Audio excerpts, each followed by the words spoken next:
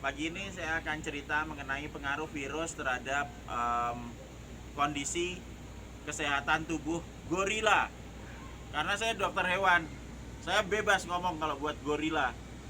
Jadi uh, satu hal yang paling menarik dari virus adalah pertama, virus ini sangat gampang kesebar kemana-mana. Terus yang kedua, virus apapun itu, sekali lagi virus apapun itu hanya akan menimbulkan kesakitan jika dia bisa nempel ke sel yang ada reseptor.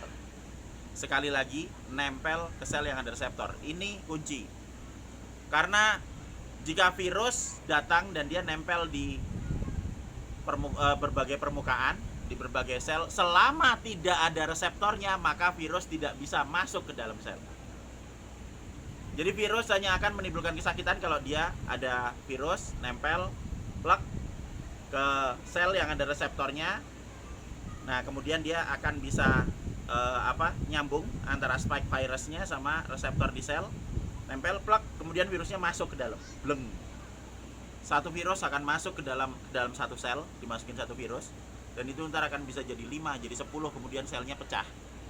Itu namanya infeksi virus. Sel virus di dalamnya bereplikasi sehingga selnya pecah.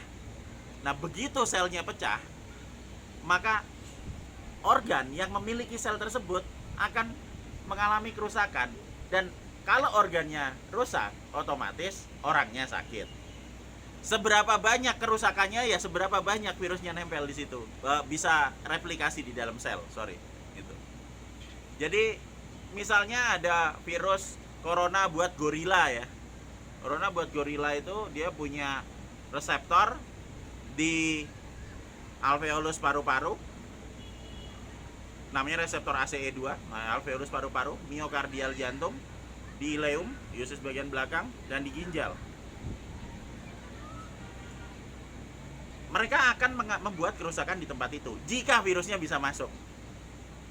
Nah, sekarang pertanyaannya, apa yang terjadi jika virusnya tiba-tiba misalnya karena satu dan lain hal, misalnya ya toh gorilanya main kemana-mana gitu, terus tiba-tiba virusnya nempel di hidung atau di daerah nasofaring. Apa yang terjadi dengan virusnya? Apa yang terjadi dengan gorilanya? Yang kita tahu di daerah tersebut untuk gorila tidak ada reseptor ACE2, tidak ada di situ. Sehingga yang terjadi apa? Ya virusnya cuma nempel aja. Virus 1, 2, 3 ya tetap jadi 3. Nggak akan jadi 300, nggak akan jadi lebih banyak. Jadi apa yang terjadi? Ya gorilanya nggak sakit, cuma ketempelan aja. Nah, kemudian karena dia tidak sakit, dia hanya akan ketempelan saja, gitu loh. Tapi badannya tidak sakit, gitu loh. Nah, pertanyaannya sekarang, apakah kalau gorilanya kemasukan virus di hidungnya, gitu, kemudian gorilanya akan jadi sakit dan nular? Jawabannya ya tidak. Kenapa? Karena cuma virusnya cuma 1, 2, 3, cuma nempel di situ saja, dia tidak bisa dikeluarkan.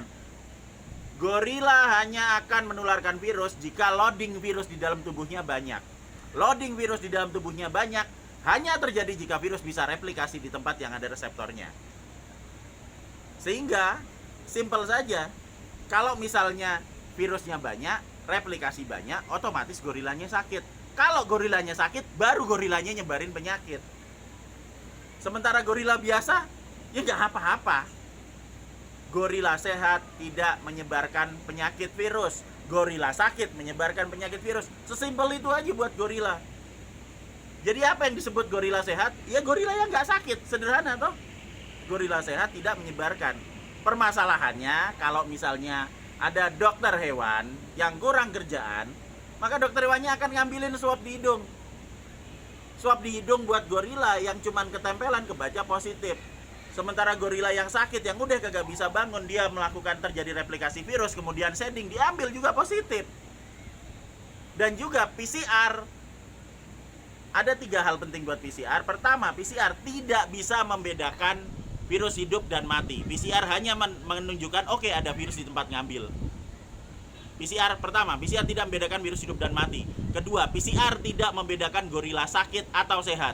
Dan ketiga, PCR tidak membedakan gorila yang terpapar biasa atau gorila yang terinfeksi kemudian sakit. Jadi nggak ada yang perlu ditakutkan dengan gorila sehat. Gorila sehat tidak menularkan virus. Yang menularkan virus hanya gorila yang sakit. Sekarang pertanyaannya, kenapa nggak banyak gorila yang sakit, yang dihebohkan sakit dan ditakuti bahwa oh nanti gorila ini meskipun badannya kelihatan sehat bisa nular. Tahu nggak kenapa? Jawabannya simpel, karena gorila tidak punya HP dan gorila tidak baca media. Kalau gorila bisa berpikir seperti itu, ya seharusnya makhluk lain bisa seperti itu. Kita tetap sadar, kita tetap belajar, kita tetap melakukan protokol kesehatan, dan jangan mau dimanipulasi atau dipropaganda oleh media-media penyebar ketakutan. Kita tetap belajar, kita tetap waspada, dan kita tetap menjaga kesehatan. Gorila selalu sehat. Apes together strong. Woo!